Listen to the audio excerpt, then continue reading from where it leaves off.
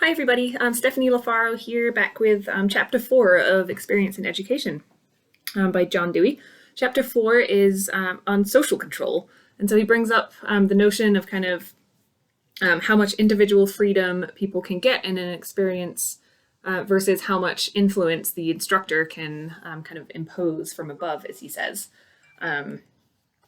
Just to recap too on the earlier chapters, he brings up the idea that experiential education is a new kind of progressive way of learning, and it is very much committed to developing a strong philosophy that can kind of contend with traditional schools. Just to remind you, you can't just turn your back on a philosophy. You have to kind of come up with your alternative. If you say no to something, then what are your next steps? He kind of illustrates that need for theory in the earlier chapters, and he also, just to remind you about two principles of why developing a strong philosophy is so important. And that's the idea of continuity, which is kind of your plane of growth, your development pattern, as you say. And you want your original educational experience to kind of benefit you the next time. And so that's kind of this idea of growth. And then you've got interaction, because all experience is going to be all education, you should say, is kind of social in nature. Even if you are having an experience by yourself, the idea is that you're going to go out into society with changed behavior at some point. So it is kind of based on interaction, somehow, learning by doing. And so the role of the instructor then is to kind of find right there in the middle of the X, kind of be aware of that continuity, that interaction, and tailor each educational experience to the needs of your learners. And so he kind of begins by posing the question of individual freedom versus social control in experiential education. And he also kind of brings in other ideas and other aspects of experiential education, like subject matter, methods of teaching. All these need to be kind of theorized in order to be a strong theory. So he starts with that idea of individual freedom versus social control.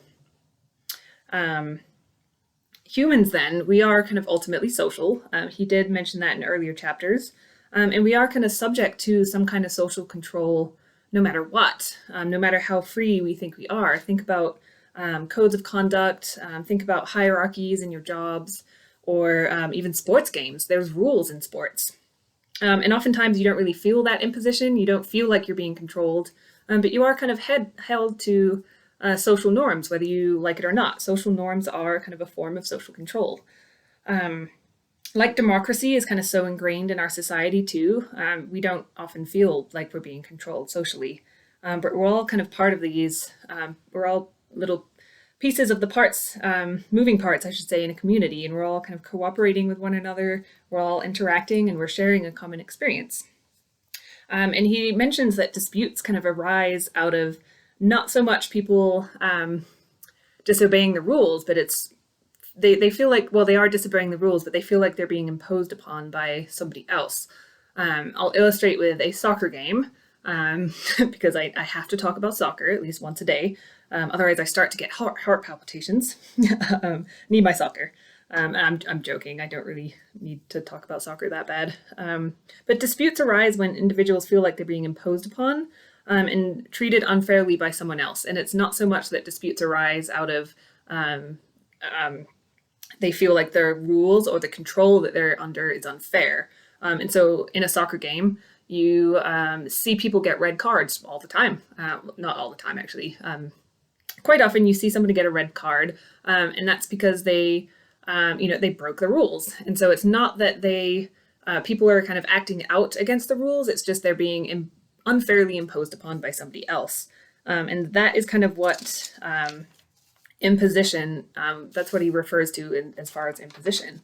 And so when it comes to progressive education, social control, just by the nature of the work, it's individuals kind of interacting together. They all have this kind of collective responsibility, especially in a group setting, where that could happen, where imposition can happen, and everyone really should be contributing equally in that experience, if you are in a group, especially. So the educator's role, if learners are kind of forming this community and they're experiencing kind of a common experience together, the educator is very much part of that community. The role of the educator then is to know where everybody's kind of intersection of continuity and interaction lies. They need to tailor that experience for every single individual.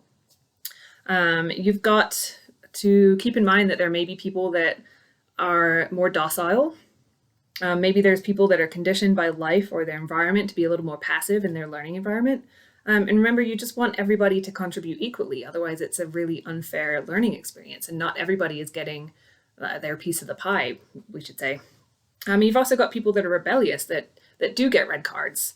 And so you have to keep that in mind, and you have to kind of manage everybody in the group for who they are and for who they are individually. Get everybody in the middle, meet everybody's X, and know where they are. He then moves on to say that planning in progressive education then is a must. If you have to kind of tailor that experience, thoughtful planning is an absolute must. If you kind of plan too rigidly, you're not going to be able to be as flexible when you kind of meet something, when you have a player with a red card. You've got to be able to plan around that and plan for those. Everything has a consequence, so you've got to be able to plan for the unexpected. He then kind of brings in, again, the wisdom of the instructor. Kind of, if you think about that as your social control, that's kind of where this whole chapter is leading to. The wisdom of the educator needs to be, you need to use the wisdom of the educator, or you as the instructor, to plan activities that are really conducive to a group experience. And so flexible planning then is a must, flexible and thoughtful planning. Education really is a social process. It is all about kind of interacting, especially in progressive education when you learn by doing. And just remember then that the educator is a member of the community, and it's a member of that learning community. In fact, he says that the educator is kind of in the middle of that learning community. So if you think about this as the classroom and you've got your instructor here, traditional education, the instructor is very much the outsider. They're just kind of transmitting information. It's a one-way learning process. However, in progressive schools, it looks like this. And so you've got the kind of leader, the director, the facilitator working outwards, okay? And he also kind of ends with, going back to kind of the idea of social control then, he ends with talking about cultural relativity. We've got manners, customs, and norms that kind of differ in a group, and you have to be aware that in progressive schools, you don't completely ignore those formalities. Social control is very important, but again, there's a very fine line here. And he talks about this idea of like empty gestures. Everybody especially in an adult learning environment, everybody brings in much more different demographics than if you were teaching at like a public school. All the kids kind of live in the same area, usually.